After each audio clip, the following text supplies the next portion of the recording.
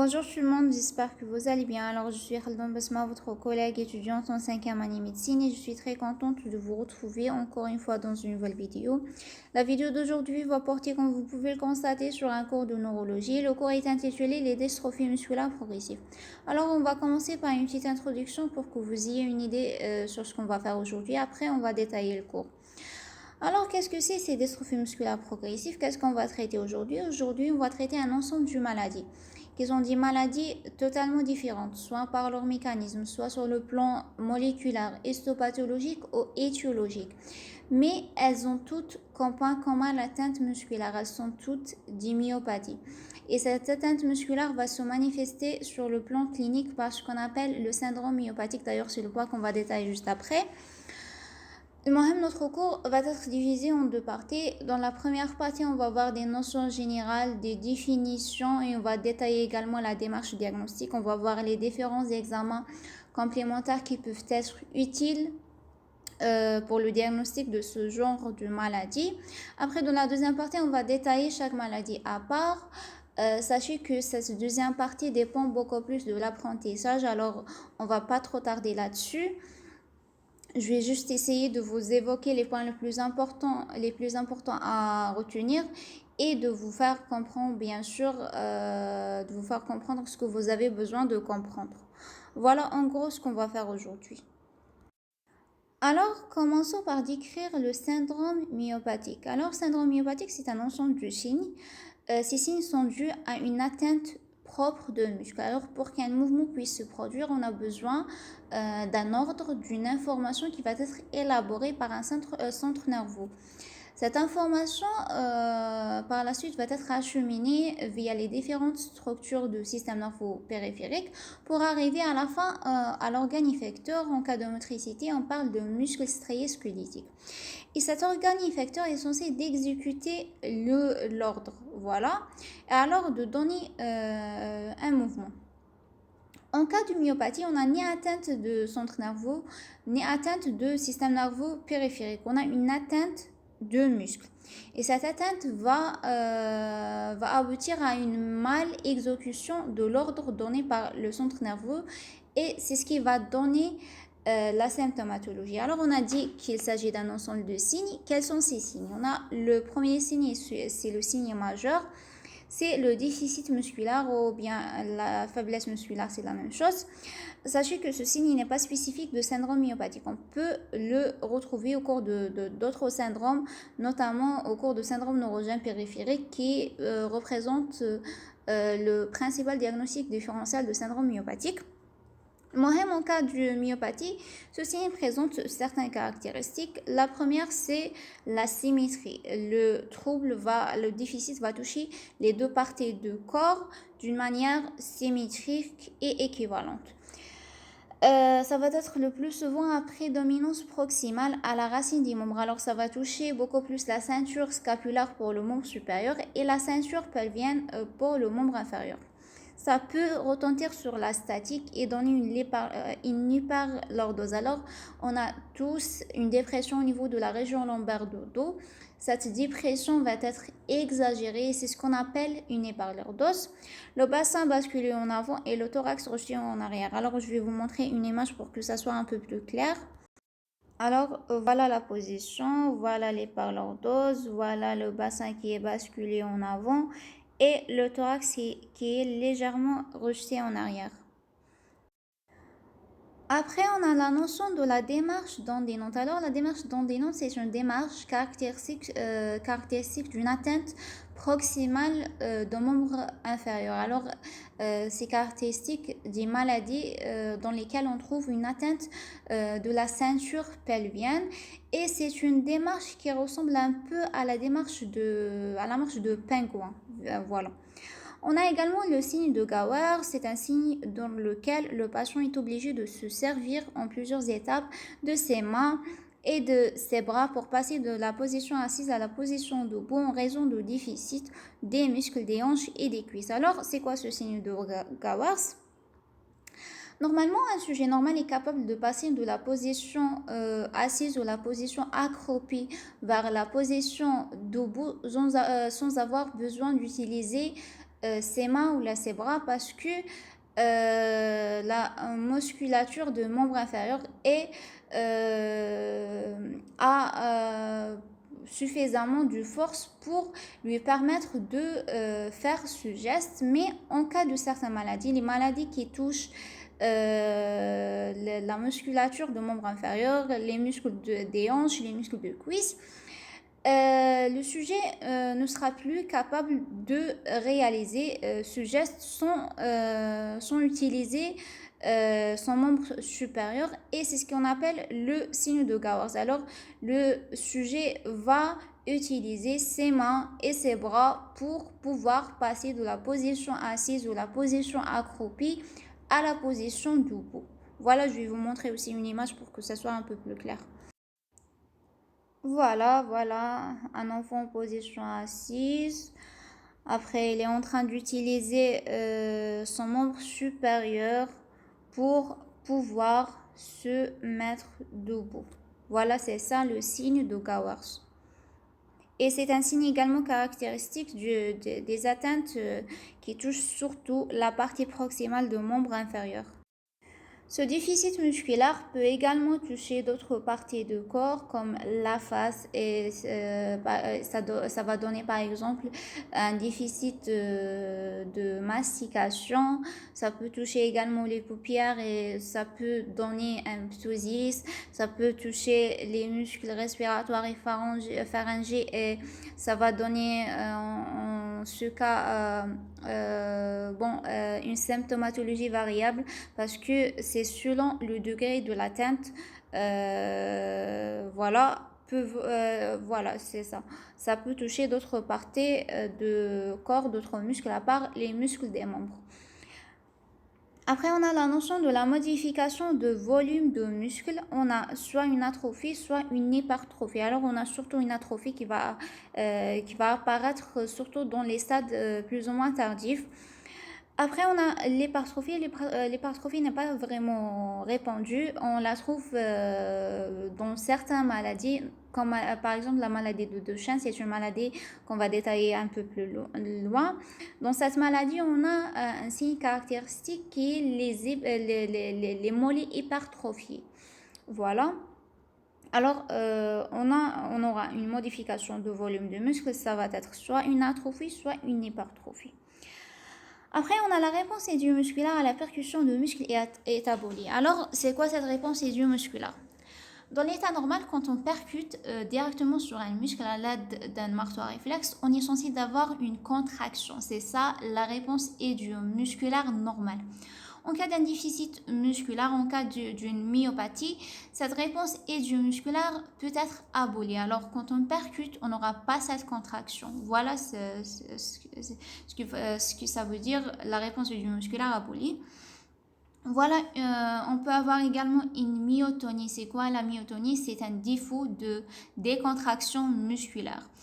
On peut le mettre en évidence lors de l'examen clinique en demandant aux patients de serrer les mains très fort après de les ouvrir.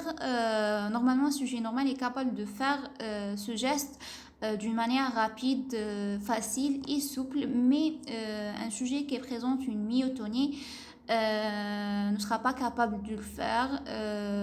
C'est pas qu'il ne sera pas capable de le faire, mais il va le faire d'une manière plus lente. Voilà, c'est ça la myotonie.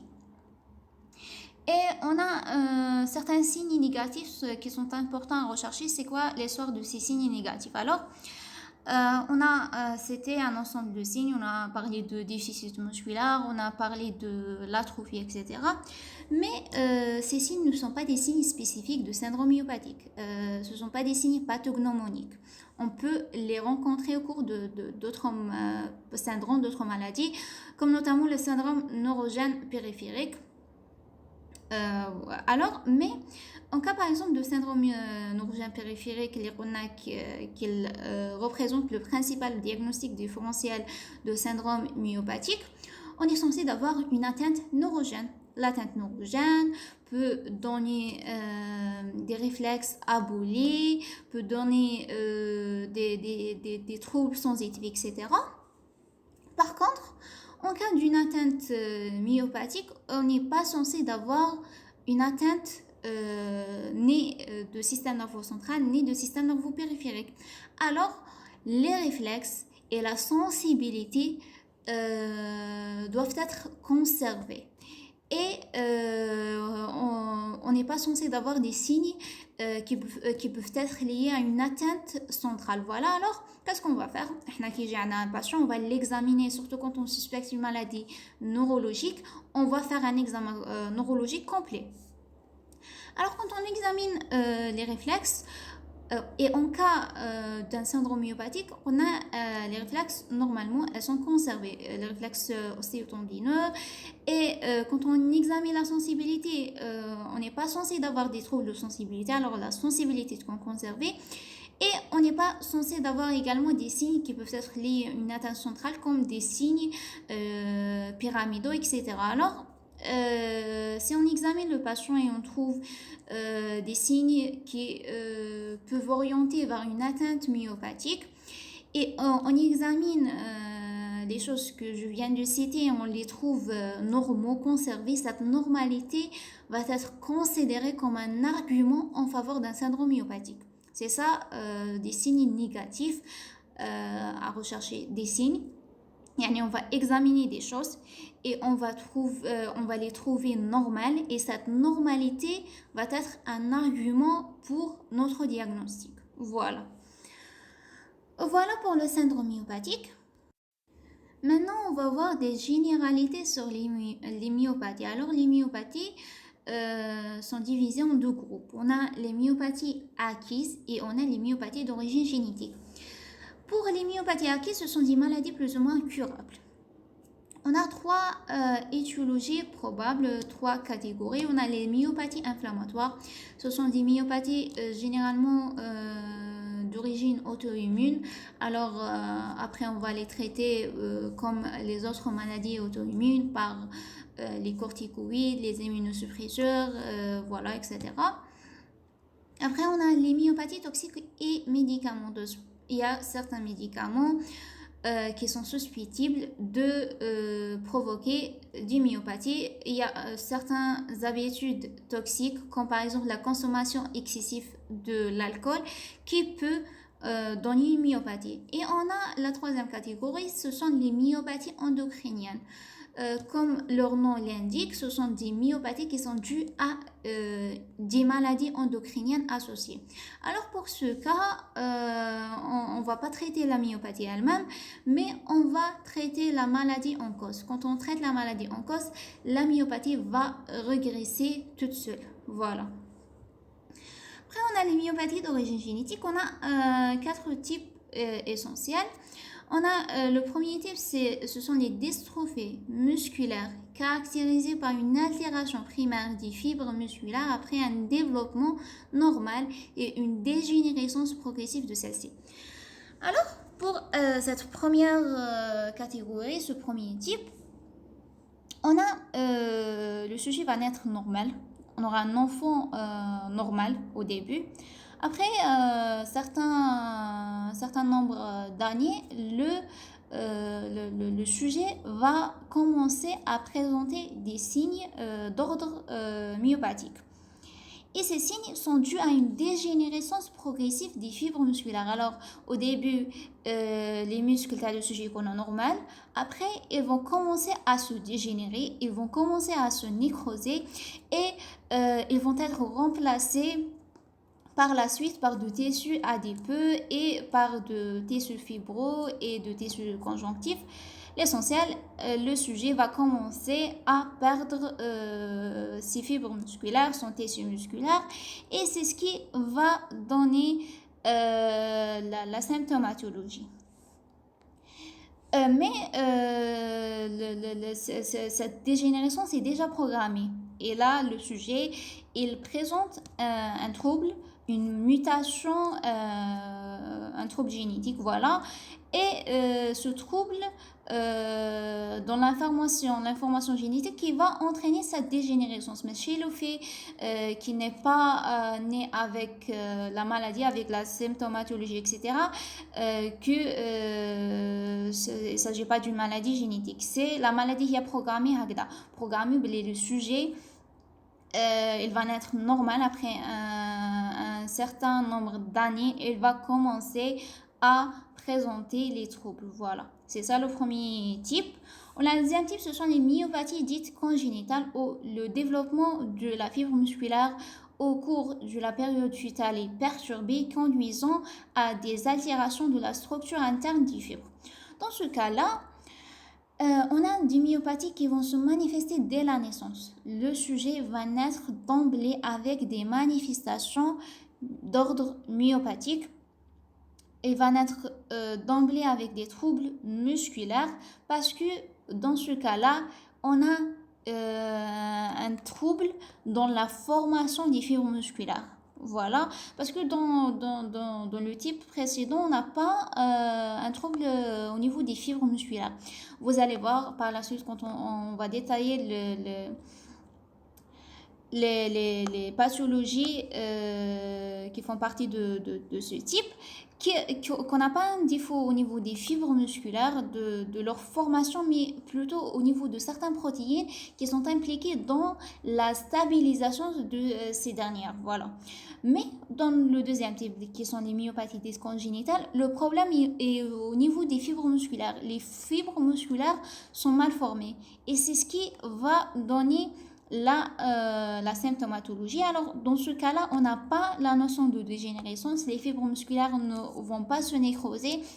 Elles sont présentes, mais leur fonctionnement est perturbé. Voilà. Alors, on veut faire une comparaison entre le premier et le deuxième type. Pour le premier type, le sujet va naître normal et il va commencer après un certain délai de présenter des troubles et des signes, etc. Pour le deuxième type, le sujet va naître d'emblée avec des troubles. Dans la première partie, on a la notion de dégénérescence, de nécrose, etc. Dans le deuxième type, on n'a pas cette notion. Et voilà. On a le troisième type, ce sont les myopathies métaboliques, car secondaire à un dysfonctionnement de la voie de dégradation des sucres, de métabolisme des graisses de la chaîne respiratoire mitochondriale. Alors, pour qu'un muscle puisse exercer sa fonction correctement, il a besoin de l'énergie. L'énergie, on l'obtient à partir d'un processus qu'on appelle la dégradation oxydative de sucre. Cette dégradation oxydative, une partie de cette dégradation oxydative va se faire au niveau de mitochondries. Et pour que cette dégradation oxydative soit possible, on a besoin d'une source énergétique comme le sucre. Alors quand on a un défaut dans l'apport de sucre, ou là on a un défaut au niveau de la chaîne mitochondriale, alors on ne pourra pas produire cette énergie nécessaire pour le bon fonctionnement du muscle, et alors ce fonctionnement va être perturbé, et c'est ce qui va donner la symptomatologie. Dans ce cas-là, la symptomatologie va être plus marquée lors de l'effort, parce que lors de l'effort, le muscle aura besoin de plus d'énergie. Voilà. Après, on a le quatrième type, ce sont les affections musculaires dues à une anomalie de l'excitabilité membranaire. On a les syndromes myotoniques et les paralysies périodiques. Alors, l'excitabilité membranaire est définie par c'est contrôlé par ce qu'on appelle la distribution des ions de part et d'autre de la membrane. Quand cette distribution va être perturbée, on aura un problème de l'excitabilité membranaire. On aura des troubles de l'excitabilité membranaire. Cette excitabilité va être soit diminuée, soit exagérée. On a les syndromes myopathiques. Les syndromes myopathiques, ce sont des maladies qui sont caractérisées par la notion de myotonie, la notion qu'on a déjà expliquée, c'est le défaut de décontraction musculaire. Les paralysies périodiques, ce sont également des maladies génétiques. On a plusieurs types. On a un type, on a un trouble hypercalémique. Un autre type, on a une hypocalémie. Un troisième type, on a un trouble au niveau des canaux ioniques. L'essentiel, ces maladies au cours d'une maladie, on a un trouble de répartition ionique ou bien un trouble au niveau des canaux ioniques. Ces troubles vont engendrer un trouble dans la distribution des ions de part et d'autre de la membrane et c'est ce qui va donner un trouble de l'excitabilité. Et alors, on aura des manifestations associées. Il y a des manifestations qui vont être d'ordre musculaire, d'autres manifestations qui vont être en rapport avec le trouble ionique présent. Voilà, voilà, c'est un petit résumé sur ce qu'on vient de dire. Maintenant, on va détailler un peu la démarche diagnostique. Alors, pour faire le diagnostic, on va commencer d'abord par l'examen clinique. L'examen clinique est divisé en l'interrogatoire ou l'anamnèse et après l'examen physique. Alors, pour l'interrogatoire, on va commencer bien sûr par l'interrogatoire. On va faire notre interrogatoire habituel. On va rechercher les notions qu'on recherche habituellement. Mais à côté de ça, on doit concentrer sur certaines notions pour orienter notre diagnostic. Ces notions, on a deux principales notions. La première notion, c'est l'âge d'apparition des troubles et le profil évolutif. Ces deux paramètres peuvent nous orienter vers certaines pathologies et peuvent nous faire éliminer d'autres. Voilà. Mais le problème que l'âge d'apparition des troubles n'est pas toujours facile à déterminer parce que généralement tellement l'installation est silencieuse, le sujet ne sera pas capable de préciser exactement quand est-ce qu'il a commencé de présenter les troubles.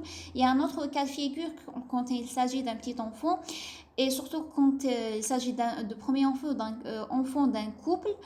Alors, les parents n'ont pas vraiment une idée sur comment leur enfant est censé de grandir, est censé de se comporter.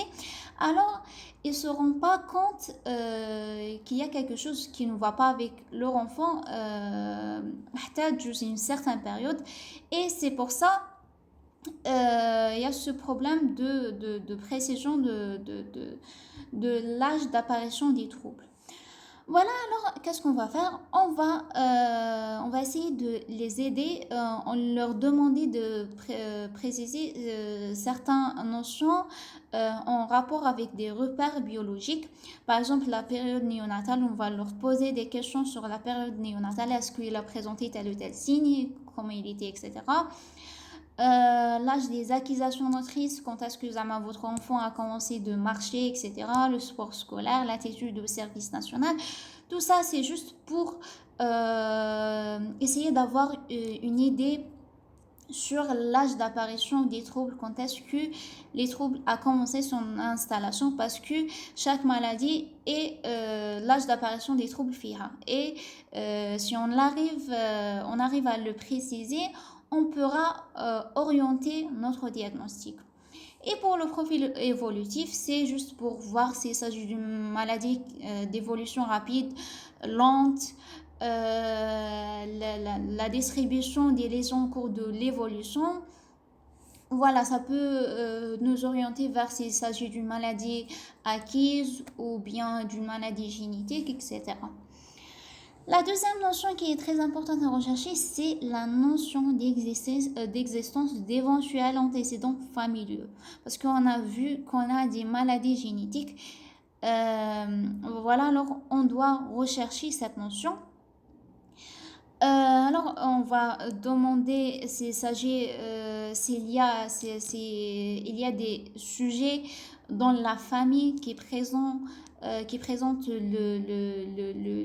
la même symptomatologie, le même trouble. Voilà. Bon, quand il s'agit d'une maladie à transmission dominante, généralement, c'est facile à la trouver, à la détecter, parce que généralement, le père ou la mère, les parents, un des parents doit forcément présenter la maladie. Voilà, sauf des fois, ce n'est pas vraiment facile.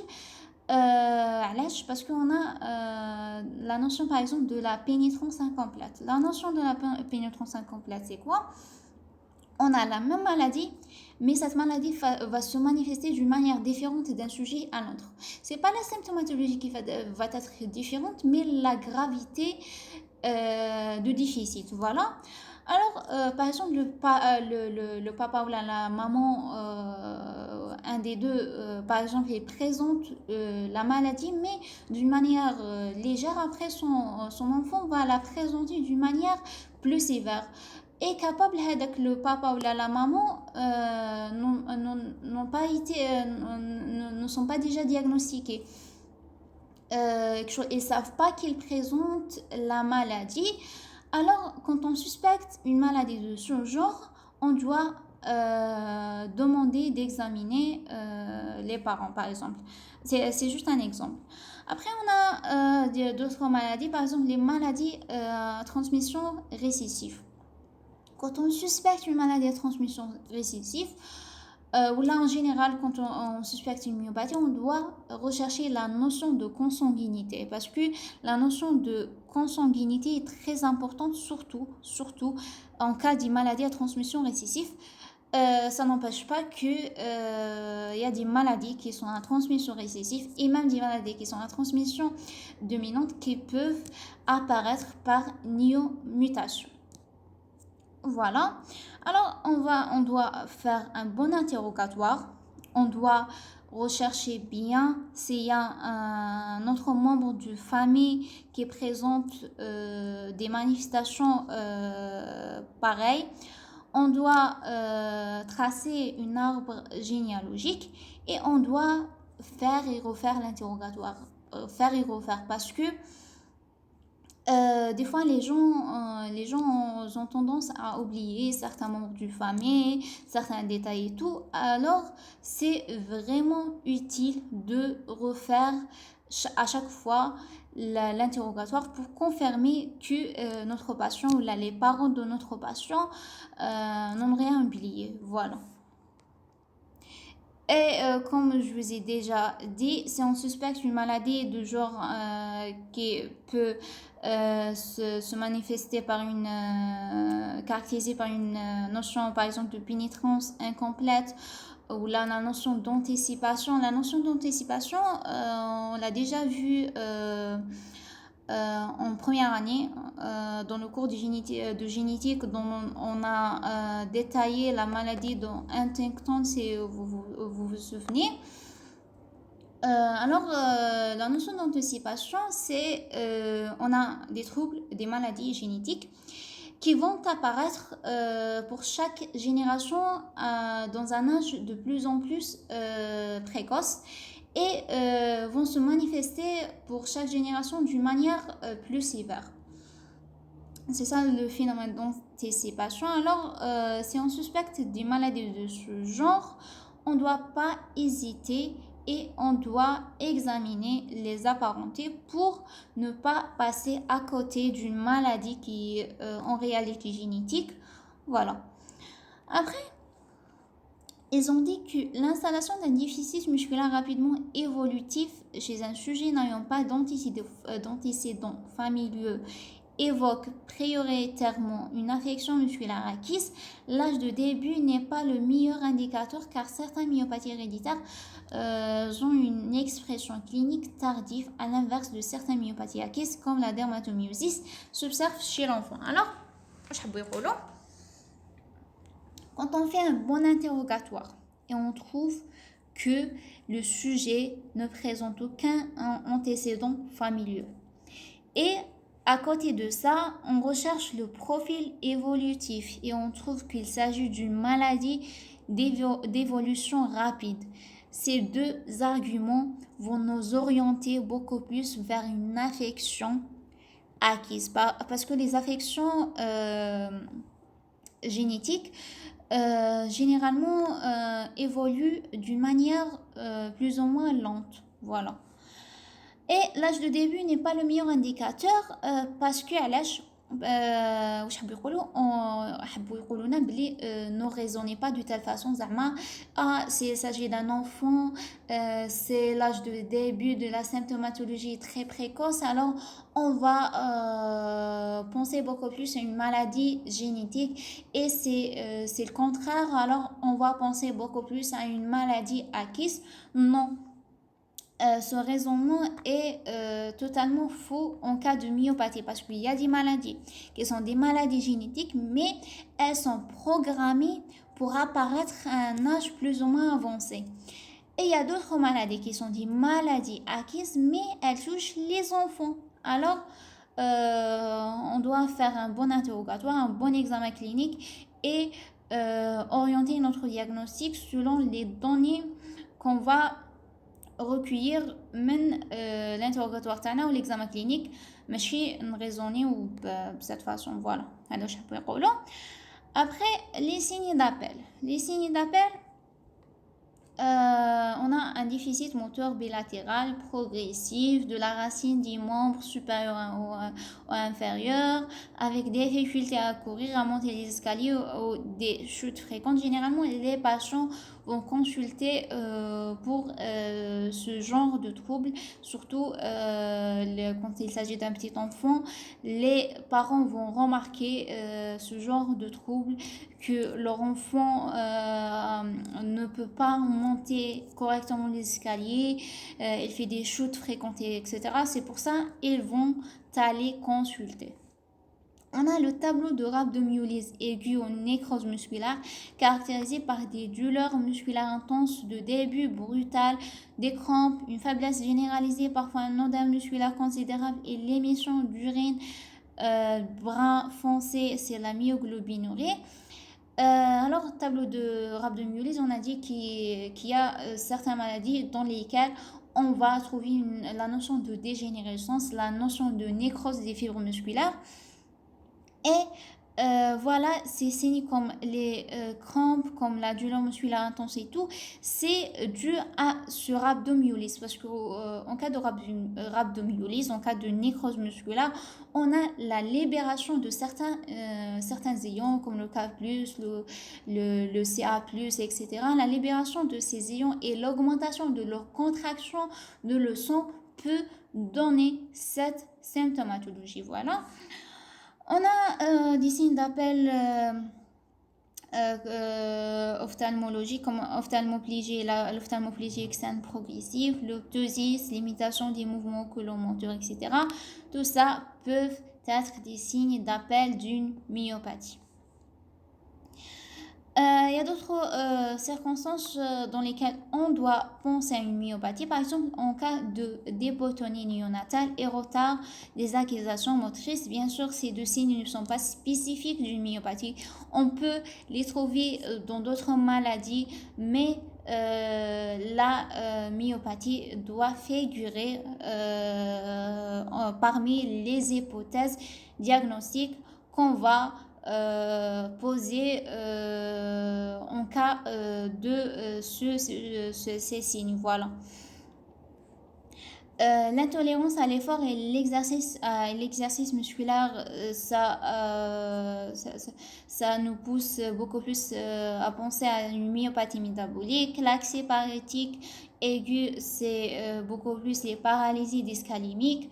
Dans ce cas, le sujet normal après, il va commencer d'un coup, il va présenter d'un coup une paralysie ou une parésie, etc.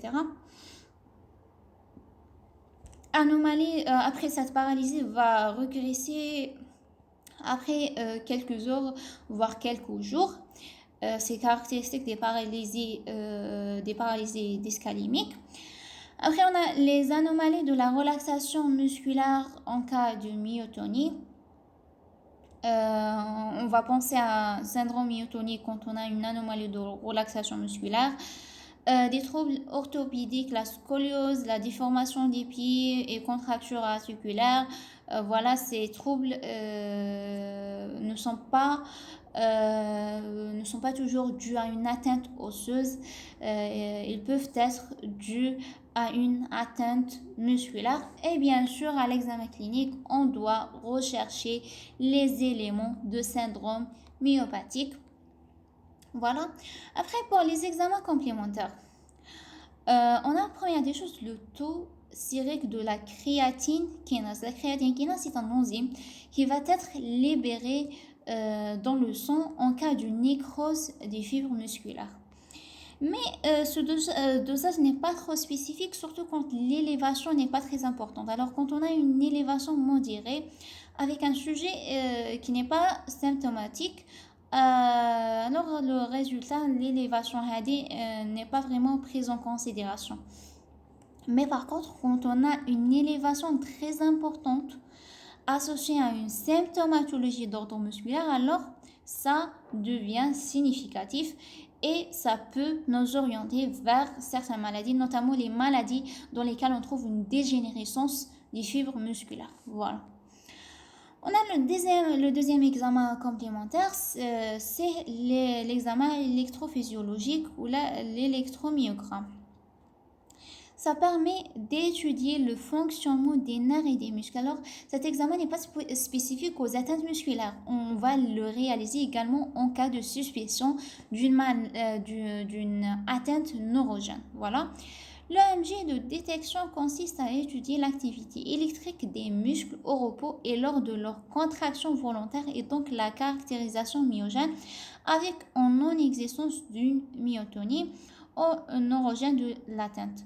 Lors de la contraction volontaire, on retrouve en détection dans les affections primitivement musculaires un aspect bas volté et trop riche de tracés, fait de très nombreux potentiels d'unités motrices, morphologiquement anormaux. Cependant, les tracés ne sont pas toujours aussi caractéristiques et peuvent intriquer des aspects trompeurs pseudo-neuropathiques. Alors, on a dit, première des choses, que cet examen n'est pas spécifique des atteintes myopathiques. On va le réaliser également quand on suspecte une atteinte neurogène. Le principe de cet examen, c'est de détecter l'activité électrique musculaire lors de repos, en cas de repos et lors de la contraction volontaire. Alors, qu'est-ce qu'on va faire? On va placer un électrode soit sur la superficie d'un muscle quand il s'agit d'un muscle superficiel, soit on va enfoncer un aiguille à l'intérieur d'un muscle quand il s'agit d'un muscle profond. Et on va enregistrer l'activité électrique lors de repos et lors d'une contraction volontaire musculaire. En cas d'une atteinte musculaire primitive, qu'est-ce qu'on va avoir le tracé تاعنا? On va avoir un aspect bas volté. Bas volté à l'âge. Parce que on a soit une dégénérescence des fibres musculaires, alors on aura moins de fibres musculaires, alors ça va pas donner la même amplitude qu'on est censé d'avoir quand on a un nombre normal des fibres musculaires. Soit on a des fibres musculaires qui sont plus ou moins fonctionnelles, c'est la même chose. Alors on aura un aspect bas volté, les amplitudes vont être diminuées et trop riches de traces, et trop riches à l'âge, parce que le système nerveux central qui va élaborer l'ordre et quand il n'aura pas la réponse souhaitée de la part de l'organe effecteur, il va l'exciter à plusieurs reprises. Cette excitation répétée va donner un aspect trop riche de traces, et voilà. Après, c'est fait de très nombreux potentiels d'unités motrices. C'est pour la même raison. Morphologiquement anormaux. Voilà, cependant, les tracés ne sont pas toujours aussi caractéristiques et peuvent intriquer des aspects trompeurs. Alors, cet examen n'est pas trop spécifique parce que ça peut donner des aspects trompeurs d'un syndrome pseudoneuropathique. Ça peut donner un aspect qui ressemble à l'aspect qu'on va trouver au cours d'une atteinte neuropathique, alors on va par exemple diagnostiquer au tort une atteinte neurogène périphérique et ce n'est pas le cas. Voilà. Après, ils ont dit la détection en AMG d'une myotonie méconnue à l'examen clinique est par contre d'intérêt diagnostique majeur. Les vitesses de conduction nerveuse sont normales. Alors, ils ont dit par contre, quand on suspecte une myotonie, on a dit que la myotonie peut être mise en évidence lors de l'examen clinique, quand on demande au sujet de serrer les mains, etc., etc. Mais des fois, la myotonie, il n'est pas détectable lors de l'examen clinique, mais quand on suspecte une maladie myotonique, même si on peut pas mettre en évidence la myotonie en cas d'examen lors de l'examen clinique, on va quoi faire? On va demander l'EMG. L'EMG est capable de la détecter. Alors, c'est très important de le réaliser quand on suspecte une myotonie. Voilà. Et les vitesses de conduction nerveuse sont normales, bien sûr, parce qu'on a dit qu'on n'a pas une atteinte neurogène, on n'a pas une atteinte ni au niveau du système nerveux périphérique, ou alors les vitesses de conduction vont être normales. Voilà. Après, on a l'imagerie musculaire, soit le scanner, soit l'IRM. Elle offre l'intérêt d'une analyse plus précise de la répartition des muscles atteints qui apparaissent hypodenses et hétérogènes sur le scanner. L'IRM aide à la détection des lésions inflammatoires prises de contraste. Alors, on va faire soit le scanner, soit l'IRM. Qu'est-ce qu'on va trouver? Un aspect hypodense et hétérogène parce que chez un sujet normal, quand on fait le scanner ou l'IRM, on a que deux muscles. Par contre, si j'ai un sujet, c'est chez un sujet, par exemple, qui présente une myopathie, par exemple, qui donne une dégénérescence, on a dit que le tissu musculaire va être remplacé par du tissu adipeux, par du fibrose, par du tissu conjonctif. Alors, on va voir de tissu musculaire associé à d'autres types de tissus. Et c'est ce qui va donner cette hétérogénéité. Voilà. Ils ont dit que l'IRM a quelque chose de plus, c'est la détection des lésions inflammatoires. Les lésions inflammatoires vont prendre le contraste. Voilà. Après, on a la biopsie musculaire. Elle est effectuée sous anesthésie locale. C'est un examen déterminant, mais elle a ses limites et ne permet pas de conclure au diagnostic dans tous les cas. Alors, c'est un examen très important. C'est un examen qui donne pas mal de diagnostics, mais ça donne pas toujours le diagnostic. Mais ça reste un examen très important. On ne devra jamais porter sur un muscle trop atteint. Le tissu musculaire est remplacé par du tissu conjonctif et adipeux. Alors, la biopsie musculaire, le but d'ILH, c'est d'étudier les muscles, c'est d'étudier les fibres musculaires quand on la pratique sur un muscle trop atteint. Alors le muscle il confie le tissu musculaire remplacé par du tissu conjonctif et tissu adipeux. Alors on va étudier quoi? On n'a plus de muscle à étudier. Alors ça va perdre l'intérêt. Alors on doit la réaliser sur un muscle un muscle pas trop atteint, un muscle modérément atteint. Voilà. Pour avoir des fibres musculaires à étudier. Né sur un muscle récemment exploré par un EMG car l'aiguille peut induire une nécrose focale des fibres musculaires avec un filtre inflammatoire. Surtout, son interprétation n'est fiable qu'en fonction de contexte clinique. Alors, on a dit que quand on fait un EMG, soit on va placer les électrodes à la surface quand il s'agit d'un muscle superficiel, soit on va enfoncer un aiguille à l'intérieur quand il s'agit d'un muscle profond. Quand on va enfoncer cette aiguille, on peut entraîner une nécrose focale, on peut entraîner des phénomènes inflammatoires. Après, si on réalise la biopsie musculaire sur le muscle récemment exploré par cette EMG, on peut avoir, quand on interprète les résultats de biopsie musculaire, un aspect inflammatoire. Après, on va conclure au tort qu'il s'agit par exemple d'une maladie inflammatoire de muscles. Et c'est pas le cas. Sinon qui avons engendré cette inflammation et c'est pas la maladie présentée par le patient. Voilà. Et ils ont dit que l'interprétation d'une biopsie musculaire n'est pas fiable que en fonction du contexte clinique. Alors c'est selon le contexte clinique, on va demander à interpréter la biopsie musculaire isolée. Elle n'a aucun intérêt. Voilà. Le test d'effort. Le test d'effort, c'est utilisé pour les myopathies métaboliques. Voilà. Voilà. D'autres examens complémentaires. On a d'autres examens complémentaires qu'on peut réaliser, mais qui ne sont pas pour poser le diagnostic, mais c'est plutôt pour apprécier le retentissement de la maladie. Et on a l'échocardiographie, l'épreuve fonctionnelle respiratoire. C'est parce qu'on a des myopathies, le muscle, il n'y a pas que le muscle strié-squelettique. On a le muscle cardiaque, on a des muscles qui sont distribués un peu partout dans notre organisme. Et en cas de myopathie, dans certaines myopathies, on peut avoir une atteinte, par exemple cardiaque, on peut avoir une atteinte au niveau des muscles de l'appareil respiratoire.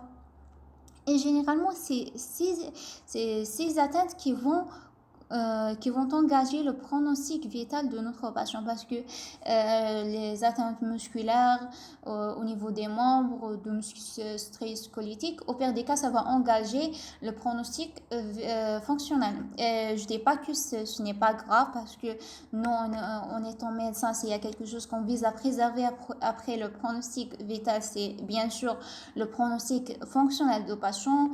Le patient est autonome, indépendant, etc. Mais ce n'est pas toujours possible.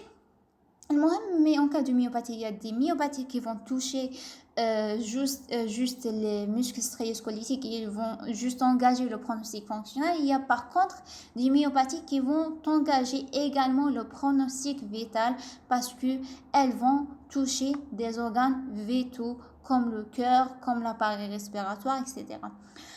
On peut aussi réaliser d'autres examens, c'est pour rechercher l'étiologie. Quand on suspecte par exemple une myopathie inflammatoire ou une myopathie endocrinienne, on va réaliser des tests justement pour rechercher l'étiologie ou la confirmer l'étiologie qu'on suspecte. Voilà. Après, à la fin, on a l'étude génétique, le prélèvement sanguin en vue d'une étude moléculaire de l'ADN est bien sûr capital dans les affections musculaires d'origine génétique dont le gène est connu et les mutations identifiées. Alors, quand on a une maladie génétique dans laquelle on a une mutation connue, sur quel niveau quelle est la mutation ou c'est quoi cette mutation, alors c'est vraiment intéressant de faire l'étude génétique parce que ça va nous donner directement le diagnostic. Voilà, ما حيش ندورو à droite à gauche, ما بقاش نديرو غير في les examens complémentaires. L'examen génétique va être suffisant pour poser le diagnostic. Alors voilà pour cette partie et on se retrouvera Inch'Allah dans la prochaine partie. Et pour cette partie, retenez surtout les différents éléments qui composent le syndrome myopathique. Pour les autres informations, ce sont des informations beaucoup plus à comprendre, mais à apprendre, d'accord? Alors bon courage.